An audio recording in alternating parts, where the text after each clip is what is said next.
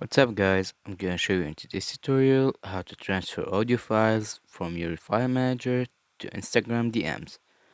So what you will do is go to Google Chrome,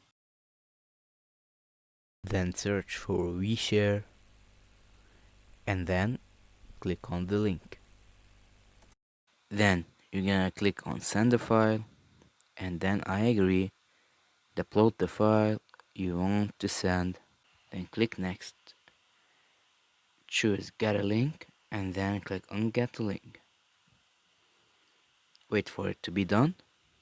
Then copy the link and go to Instagram.